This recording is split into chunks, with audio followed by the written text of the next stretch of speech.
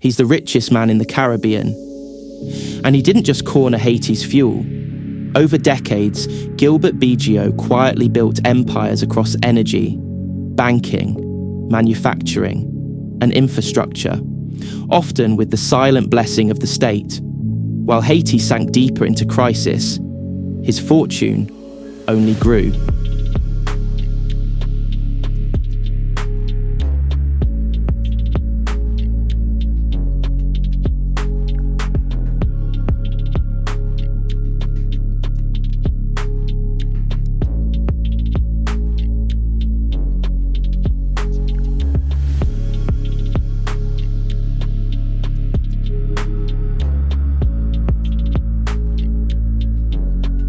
The Bigios.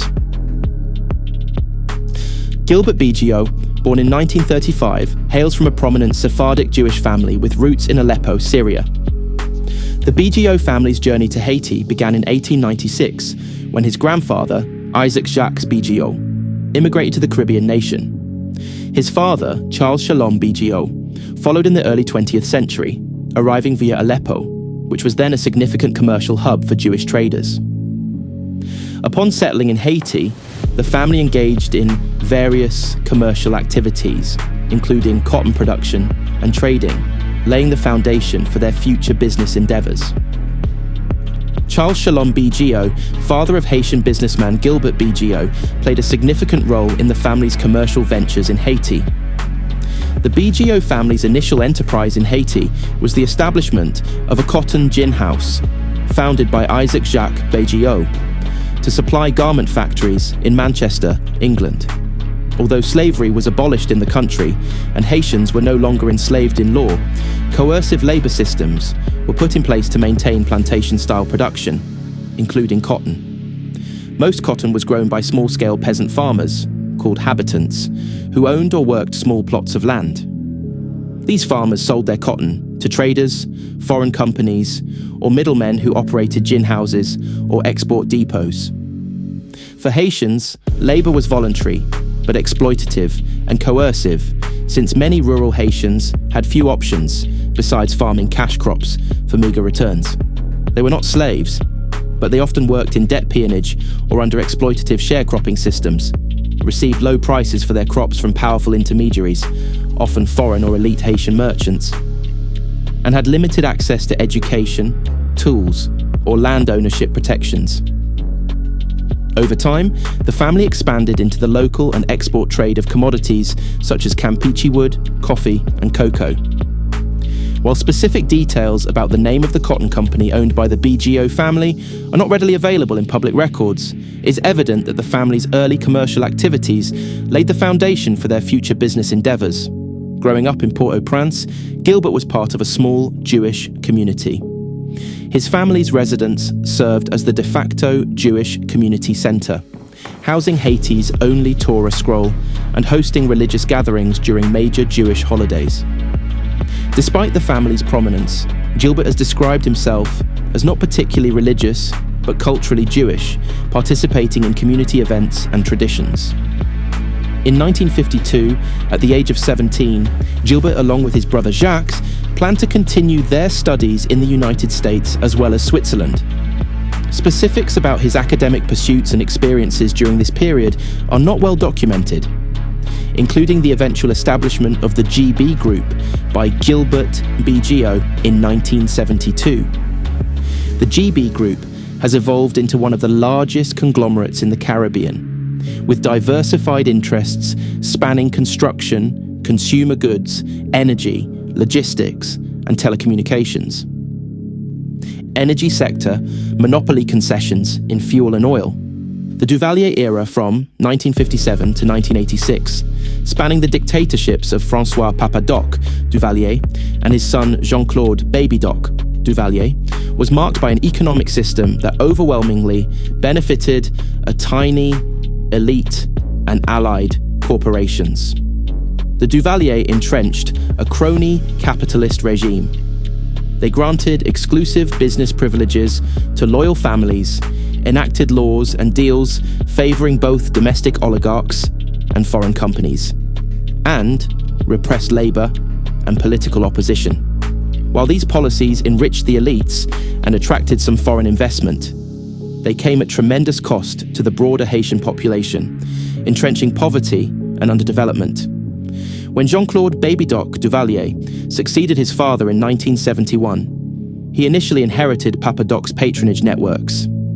Early in his rule, Baby Doc actually broadened the alliance with Haiti's traditional economic elite, reconciling with wealthy families whom his father had antagonized. This was symbolized by his 1980 marriage to Michelle Bennett, daughter of coffee magnate Ernest Bennett, an alliance that merged the Duvalier family with one of Haiti's powerful oligarch families. Following this rapprochement, Baby Doc's regime gave the old elite even greater sway over the economy in the 1970s and 1980s. Infrastructure contracts during the Duvalier years were another avenue for elite enrichment. Roads, ports, and power projects were often funded by foreign aid, but executed by Duvalier-linked firms that skimmed profits. In the energy sector, Haiti had no oil of its own, so it relied on imports of petroleum products. Duvalier policies in energy meant giving a few import businesses dominance in fuel importation and distribution. For instance, the Mevs family controlled the main port and had significant stakes in fuel terminals, and the Bigio family represented Exxon and later owned the Dynasa Petroleum Distribution Company. Gilbert Bigio benefited from a virtually unregulated market with high consumer prices and no competition. Effectively, an oligopoly in gasoline and kerosene sales. The Duvalier regime kept fuel subsidies low or non-existent, which meant higher costs for ordinary Haitians and steady margins for distributors. Additionally, in 1981, Baby Doc Duvalier awarded Gilbert Bigio's firm an exclusive monopoly on edible cooking oil importation and processing. Bigio had curried favor with the regime, reportedly by helping broker arms deals from Israel, and was rewarded with control of Haiti's cooking oil market. The Bigio-founded company, Husa, Huileries Haitiennes, originally Sodexo, which is a subsidiary of the GB Group, became the sole authorized producer-refiner of edible oil in Haiti. This government-granted monopoly allowed Bigio to eliminate competitors and dominate a staple consumer commodity nationwide. During the Duvalier years, the importation of gasoline and diesel was tightly controlled through licenses and concessions, while foreign oil firms, like Texaco, Esso, operated in Haiti. They partnered with or relied on local intermediaries approved by the regime. The Duvalier government's patronage meant that only regime-allied families could hold fuel import licenses, effectively granting them oligopolistic control. Although specific records of Bigio's petroleum import license in the 1970s to 80s are scarce, it is known that by the 1980s, his conglomerate was deeply involved in energy distribution. Duvalier's practice of awarding monopoly concessions ensured families like the Bigios profited immensely. As a CIA analysis noted at the time, many Haitian businessmen owe their financial success to the government as a result of monopoly concessions they have obtained. After the Duvalier regime fell in 1986, Haiti's oil sector formally liberalized, but in practice, the Bigio family retained a dominant position through the following policies and developments. No subsequent government broke up the Duvalier-era oil import oligopoly. Instead, the Bigio-owned Distributeurs Nationaux SA, DINASA, grew to become the only integrated oil and gas company in Haiti, handling importation, wholesale, retail, gas stations, and even aviation fuels. Haitian administrations under Presidents Aristide and Préval did not create a national oil company. They continued relying on private importers like DINASA. This tacit policy choice, maintaining a privatized import regime with fixed fuel prices, benefited DINASA. The company enjoyed a reliable market with limited competition, often coordinating with a few other elite-owned distributors on supply and pricing. From the 1990s onward, Haitian government set consumer fuel prices and subsidized the difference to keep fuel affordable. In practice, this meant the state reimbursed or bore costs for the private importers. For example, during the 2000s and 2010s, gasoline, diesel, and kerosene prices were often fixed below market level. Rather than importers taking losses, the government covered the cost. After Venezuela's discounted Petrocaribe oil program ended in the late 2000s and 10s, the government explicitly authorized private distributors to import fuel and heavily subsidized their purchases. This subsidy policy, confirmed in 2022 by Haiti's finance ministry, ensured companies like Bigio's received state compensation and faced little risk. In effect, the Bigio family's fuel business had guaranteed margins. If world oil prices rose, the Haitian state paid the difference to the importer. This long-standing practice locked in Bigio's dominance and profit in the energy sector at public expense.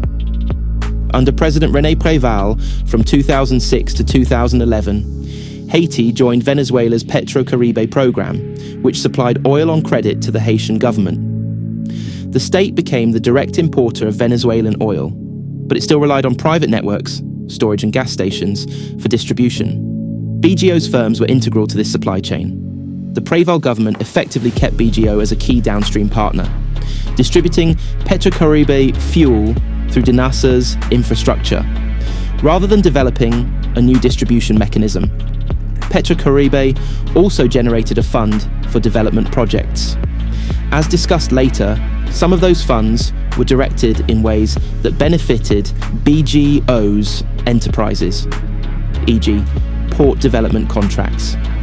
Crucially, when Petrocaribe shipments halted around 2017, President Jovenel Moïse's administration authorized Bigio and other importers to resume importing on the open market with full state subsidies, as noted above.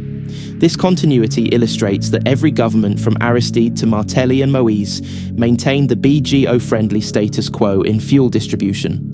No antitrust action was taken to break the near monopoly. Another favourable arrangement was the concession to supply aviation fuel at Haiti's airports. Traditionally, one distributor is licensed to handle jet fuel at the main airports.